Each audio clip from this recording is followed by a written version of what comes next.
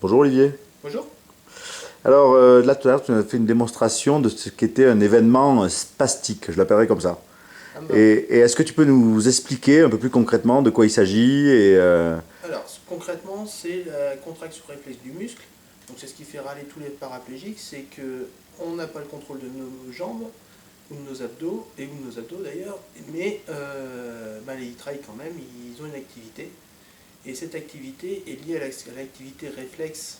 Et au niveau neurologique, si on fait compte, c'est que le signal neurologique vient dire il y a un problème, on va rebondir sur la colonne vertébrale, et on repart au niveau du muscle et les réflexes, comme quand on se fait chatouiller sous les pieds, le pied s'enlève, c'est exactement la même chose. comment on Après, appelle ça? Non, c'est un nom, non? C'est pas le réflexe myotatique ou c'est pareil que ça ou pas? C'est une exagération du réflexe myotatique. bon, ouais, voilà, toute la Voilà. réponse. Donc après, il faut apprendre à les gérer, parce que ça peut être c'est lié à des épines, ce qu'on appelle vulgairement, scientifiquement des épines irritatives, et ça peut être tout et n'importe quoi, ça peut être une petite ampoule, comme une entorse, ou un pied cassé, ou ce qu'on veut. Et puis il y a des fois, on ne connaît pas la cause, donc ça c'est ça qui est sympa, donc on ne sait pas quoi y faire. Et est-ce que par rapport à ça, il y a une attention particulière à donner en tant que, enfin pour les encadrants, pour les éducateurs, pour les gens qui encadrent l'activité? Est-ce que ça a un impact particulier sur... Alors c'est un gros impact, ça a deux gros impacts, c'est sur les transferts.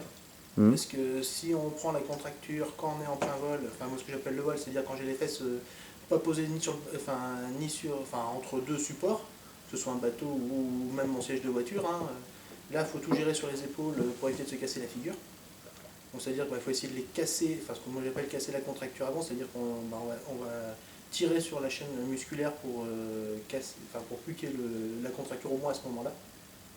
Donc ça c'est la première chose. Et puis après, quand on est en bateau, enfin je parle du kayak ou éventuellement de la voile, sur ce que je connais, c'est qu'on risque, ça peut nous déséquilibrer sur l'eau, parce que si on prend une bonne crise de spasticité sur l'eau, c'est le bateau qui tangue, alors qu'il n'y a pas obligatoirement de raison qu'il tangue à part nous. Et- Donc au lieu de nous aider à équilibrer, nos jambes au lieu de nous aider à nous équilibrer, elles vont nous déséquilibrer. D'accord.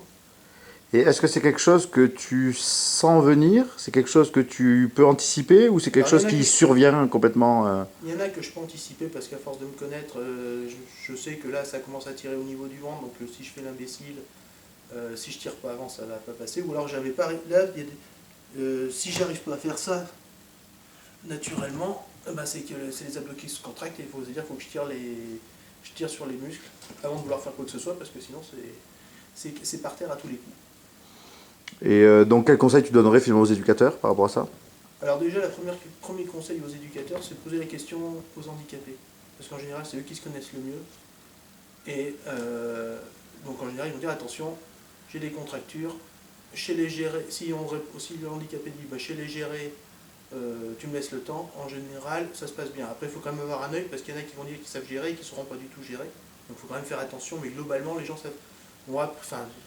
Des gens qui ont un peu d'âge dans leur handicap ont l'habitude de gérer leurs contractures. Et puis après, sinon, c'est d'essayer de trouver des positions simples. Alors moi, j'aime bien, chez moi, celle que j'aime bien, c'est je serre les genoux et je descends. Ça aide pas mal à casser les contractures. D'essayer de faire ça aux gens sans forcer trop, parce qu'on peut faire mal, commençant rien, on peut faire mal aux handicapés, donc il faut quand même se méfier. Et puis après, il y a des fois, c'est un peu compliqué parce que si on n'arrive pas à casser la contracture pour le transfert, ça risque qu'on n'arrive pas à la casser pour le bateau. Mm. Alors après, sur le bateau, il y a des solutions aussi techniques qui sont relativement simples sur les calages.